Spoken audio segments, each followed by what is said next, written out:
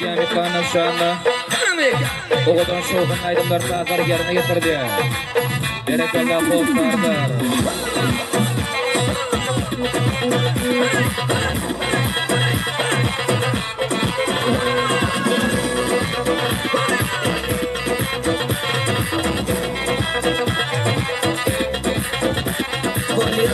Gözünü küllemem buraya, sözümü dinlemem buraya. Adım yine, adım neredesin buraya.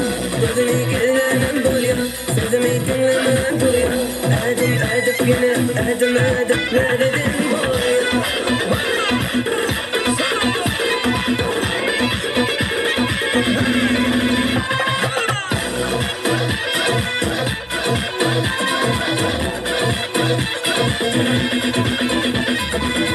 Yarağım basmasın ermeden deli bana ikimiz sebebi.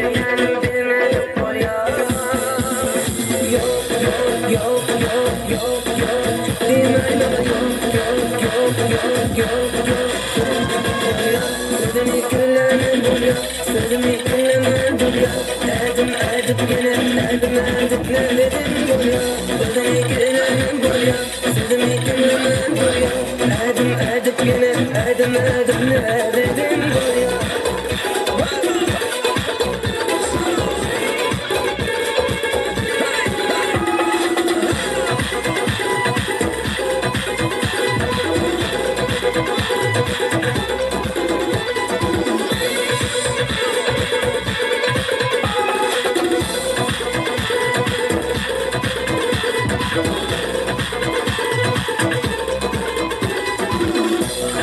Gülüm sen nerededir? Gelin ama sevgilimi sadedir. Sen bana bu ateşin var ya.